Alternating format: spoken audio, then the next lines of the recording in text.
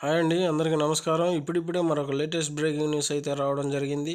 అదేమిటంటే ration card లేని వారికి శుభవార్త, దరఖాస్తుల స్వీకరణకు ముహూర్తం అంటూ ఇప్పుడిప్పుడే మరొక లేటెస్ట్ న్యూస్ అయితే రావడం జరిగింది. అయితే దీనికి సంబంధించిన పూర్తి సమాచారం తెలుసుకోవాలని ఈ వీడియోని ఎక్కడ స్కిప్ చేయకుండా చూసినట్లయితే మనకు పూర్తి సమాచారం అందుతుంది. ఇక లేట్ చేయకుండా వీడియోలోకి వెళ్దాం ఫ్రెండ్స్.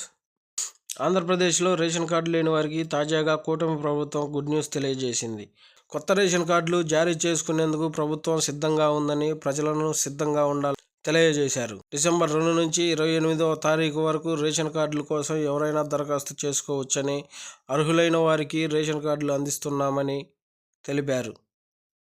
ఇప్పటికే రాష్ట్రంలో 3.30 లక్షల దరఖాస్తులు సైతం పెండింగ్లో ఉన్నాయని, కొత్తగా రేషన్ కార్డుల కోసం మరో 30,000 మంది దరఖాస్తులు చేసుకోవడానికి సిద్ధంగా ఉన్నారని తెలిపారు.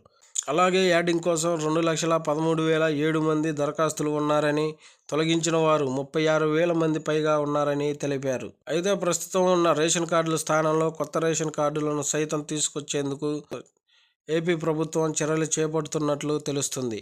ఈ మేరకు ఒక కొత్త డిజైన్ను కూడా ఏర్పాటు చేయబోతున్నారట. ప్రస్తుతం కార్డులో వైఎస్ బొమ్మలతో పాటు జగన్ ఆకుపచ్చ, నీలం, తెలుపు రంగులతో రేషన్ కార్డులు కలవు.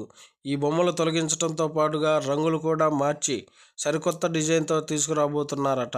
అలాగే రేషన్ కార్డులో రాష్ట్రంలో ఉండే అనర్హులను సైతం తొలగించి అర్హులకు రేషన్ కార్డు మంజూరు చేస్తామంటూ తెలిపారు. పౌర సరఫరాల శాఖ ప్రకారం 17,941 అంత్యోదయ అన్న యోజన కార్డులు ఉన్నాయని, వీరితో పాటుగా 136,420 PHHFH కార్డులు కూడా కలవని, వీరు గత 6 నెలలుగా రేషన్ తీసుకోలేదంటూ తెలియజేశారు.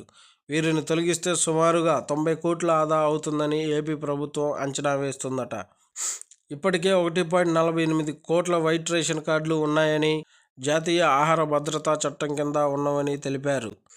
వీరికి మాత్రమే కేంద్ర ప్రభుత్వం ఉచితంగా బియ్యం ఇస్తుందని, అలాగే తక్కువ ధరకు కందిపప్పు, పంచదార కూడా అందిస్తుందని తెలిపారు. మొత్తానికి కొత్త రేషన్ కార్డులు వివాహమైన వారు లేదా ఎవరైనా సరే కొత్త రేషన్ కార్డుకు అప్లై చేసుకోవాలనుకుంటే డిసెంబర్ 2వ తేదీ నుంచి 28 వరకు అవకాశం ఉంటుందట.